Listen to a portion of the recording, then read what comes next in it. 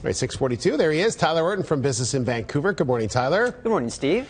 Well, we talked a little bit earlier this week about Goldcorp and just the struggles they were having, and that story continues to wrap up the week. Yeah, big losses in the fourth quarter. Now, keep in mind, Goldcorp is the world's largest gold producer based on market value. And they're based right here in Vancouver. They're rethinking a lot about how they're going to pay dividends to shareholders, especially when we look at the mounting losses in the fourth quarter.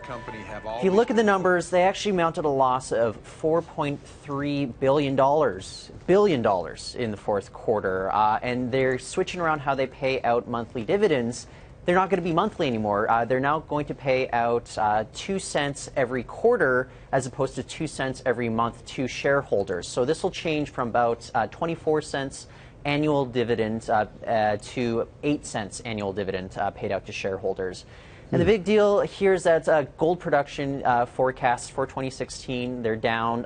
They're estimating that they'll produce about 2.8 to 3.1 million ounces of gold versus 2015's production of 3.5 million ounces. So we're seeing a big drop in gold production as well going forward for Goldcorp. It's going to be a big different year for them in 2016. All right, we'll see how they can bounce back. Of course, if prices go up, things can change dramatically, right? Sure, yeah.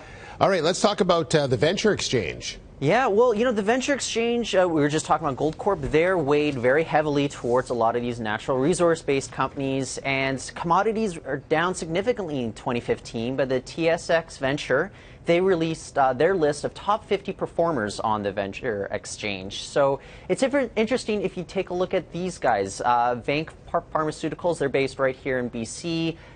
We also have Lingo Media, Pure Energy Minerals.